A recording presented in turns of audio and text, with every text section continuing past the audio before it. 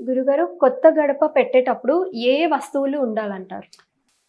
కొత్త గడప పెట్టటము అంటే దాన్ని ద్వార ప్రతిష్ఠ అంటారు. హ్మ్. ద్వార ప్రతిష్ఠ అంటే ఏంటి? ద్వారానికి అంటే ద్వారాలు పెట్టటాన్ని, ద్వారాలు పట్టుకోవటానికి ఉండేటటువంటి ద్వారబంధం.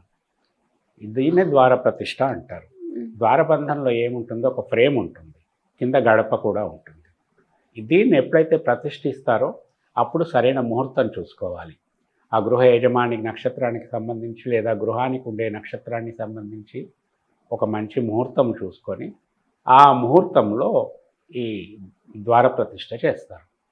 ద్వార ప్రతిష్ఠ చేసినప్పుడు 3 వైపులా ఉండే ఫ్రేమ్ కాకుండా కింద ఉండేటటువంటి దాన్ని గడప అంటారు. ఇది అందరికీ తెలిసింది. హ్మ్. దీన్నే గడప పెట్టడం అంటారు. ఈ ద్వార ప్రతిష్ఠనే గడప పెట్టడం అంటారు. ఈ ద్వార ప్రతిష్ఠ చేసినప్పుడు గడప కింద పెట్టవలసినటువంటి కొన్ని వస్తువులు ఉంటాయి. అందులో పంచలోహాలు ఉంటాయి, నవరత్నాలు, నవధాన్యాలు ఇట్లాంటివి కొన్ని ఉంటాయి. అవన్నీ వచ్చేటట్టు చూసుకోవాలి. ఇక ద్వారప్రతిష్ఠ చేసే నియమాలు కొన్ని ఉంటాయి. ఆ ఇంటి ఆడపడుచు వచ్చి గడప కడగాలి. గడప కడిగిన తర్వాత నీళ్ళ బిందె కానీ పాల బిందె కానీ తీసుకొని తను ముందు గృహం లోపలికి కుడికాలు పెట్టి ప్రవేశం చేయాలి. ఇవన్నీ ముహూర్తం దానికి సంబంధించినవన్నీ ఉంటాయి. కానీ ఈ వస్తువుల విషయానికి సంబంధించినంత వరకు నవధాన్యాలు, నవరత్నాలు, పంచలోహాలు, పాదరసము ఇట్లాంటివన్నీ కూడా గడప కింద పెడతారు. కొంతమంది బంగారు కాయిన్స్ పెడతారు.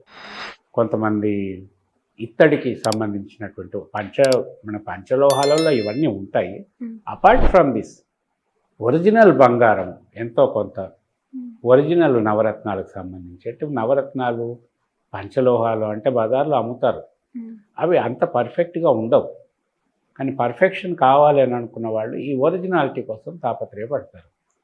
అవి చాలా కాస్ట్లీ ఉంటాయి. అవన్నీ ఏర్పాటు చేసేసుకొని అప్పుడు ద్వారప్రతిష్ఠ చేసి అప్పుడు గడప దాటాలి. ఇట్లాంటివన్నీ నియమాలు ఉంటాయి. చక్కటి ఫలితాలు ఇస్తాయి. ముహూర్తం చాలా చాలా ముఖ్యం.